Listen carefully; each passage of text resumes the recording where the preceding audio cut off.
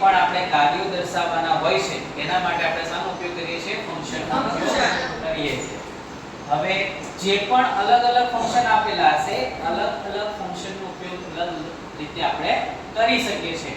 બરાબર છે? અને કેવી રીતે ફંક્શનને ઓળખવાનો એના માટેના પણ કીવર્ડ્સ આપણને આપેલા હશે અને કીવર્ડ ઉપરથી આપણે ખાસ ધ્યાનમાં રાખવાનું કે જે તે ફંક્શન છે જે તે ફંક્શનને આપણે કીવર્ડ્સની આધાર ઉપરથી આપણે તેનો ઉપયોગ કરવાનો રહેશે. અહીંયા આપણે પહેલા ત્રણ ફંક્શન જોઈતું.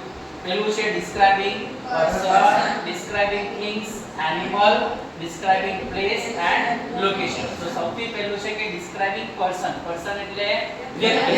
જ્યારે તમારે કોઈ પણ પ્રકારના વ્યક્તિની માહિતી જોઈતી હોય તો એના માટે આપણે કયા ફંક્શનનો ઉપયોગ કરીએ છીએ? describing person નો ઉપયોગ કરીએ છીએ. કયા કીવર્ડ્સ નો ઉપયોગ કરી શકાય એમાં? who અને whose. જો એક્ઝામ્પલ આપેલા છે કે Rohan is the boy who won the match. એટલે કે જ્યારે પણ who અને whose નો ઉપયોગ થાય તો ત્રણ વાક્યની શરૂઆતમાં હંમેશા કોની માહિતી આપેલી હોય છે? આપણને વ્યક્તિની માહિતી આપેલી હોય છે. બરાબર? હવે who અને whose લખ્યું છે તો કેવી રીતે આપણે ખ્યાલ આવે કે આપણે આમાં who નો ઉપયોગ કરવાનો, whom નો ઉપયોગ કરવાનો કે whose નો ઉપયોગ કરવાનો? તો જ્યારે who આપેલું હોય છે તો who પછી તરત જ શું આવે છે? કોઈ પણ ક્રિયાપદ મૂકેલું હોય છે. જ્યારે who મૂકેલું હોય છે તો who પછી તરત જ શું આવે છે? સર્વનામનો ઉપયોગ કરવામાં આવે છે. અને જ્યારે whose એટલે કે માલિકી દર્શાવવાની છે એટલે કે એના પછી શાનો ઉપયોગ કરવામાં આવે છે? કોઈ પણ વસ્તુનું નામ દર્શાવેલું હોય છે. આ કયું ફંક્શન છે? describing person. આ મોસ્ટલી વધારે પરીક્ષામાં વારંવાર પૂછાતું ફંક્શન છે.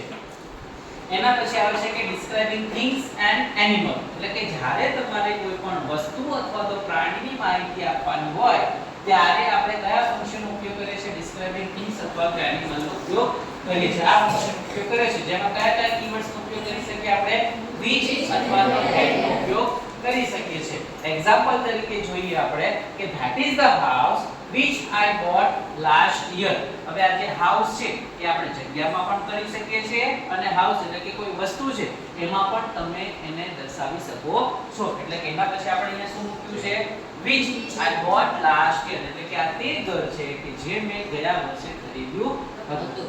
પછી આવે છે this is the lion that killed the buffalo. અહીંયા શું છે? the lion એ શું છે? પ્રાણી છે. હવે એ જ પ્રાણીને આપણે અહીંયા કરી શું કરેલી છે? વાત કરેલી છે. અહીંયા વચ્ચે આપણે શું મૂક્યું છે? that મૂકેલું છે. that પણ આવી શકે છે અને which પણ આવી શકે છે. એના પછી આવે છે describing place and location. place and location એટલે કે આપણે સારી માહિતી લેવાની છે. કોઈ પણ સ્થળ અથવા તો જગ્યાની માહિતી લેવાની હોય છે. કયા કયા ફંક્શન ઉપયોગ કરી શકીએ છીએ આમાં? where, which અથવા તો કોઈ પણ સ્થળ અથવા કે જગ્યાનું નામ ત્યાં આપેલું હોય છે. એક્ઝામ્પલ તરીકે જોઈએ I am at the gate. હું દરવાજા પાસે ઊભો છું. એટલે કે અહીંયા શું બતાવે છે આપણે કે કોઈ પર્ટિક્યુલર જગ્યા ઉપર જ્યારે તમે ઊભા હો તો એ તમારું શું છે? લોકેશન છે. લોકેશન એમાં દર્શાવી શકાય છે. પછી છે I am standing on right side of the bus stand. તો આ on right side છે કે હું જમણી બાજુમાં છું. કઈ બાજુમાં? તો કે બસ સ્ટેન્ડ થી નજીક છે. તો એ પણ શું દર્શાવે છે? જગ્યા તમારી લોકેશન જે છે લોકેશન દર્શાવે છે. માત્ર પછી કોઈ પણ સિટી અથવા તો કોઈ જગ્યાનું નામ પણ આપેલું હોય છે. they went to સુરત કે તેઓ સુરત ગયા. તો ખાલી સિટીનું નામ છે તો એ પણ આપણે સામા ઇન્ડિકેટ કરી શકીએ છીએ. જે પણ આપણે પ્લેસની અંદર ઇન્ડિકેટ કરી શકીએ છીએ.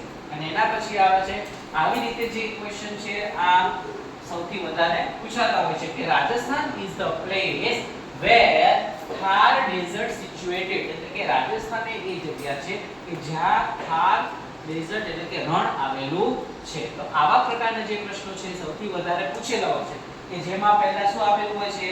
કોઈ પણ જગ્યાનું નામ આપેલું હોય છે અને એ જગ્યા શાના માટે ફેમસ છે એની માહિતી એ પ્રકારના વાક્યોમાં આપેલી હોય છે. તો આટલી વસ્તુમાં ખબર પડે.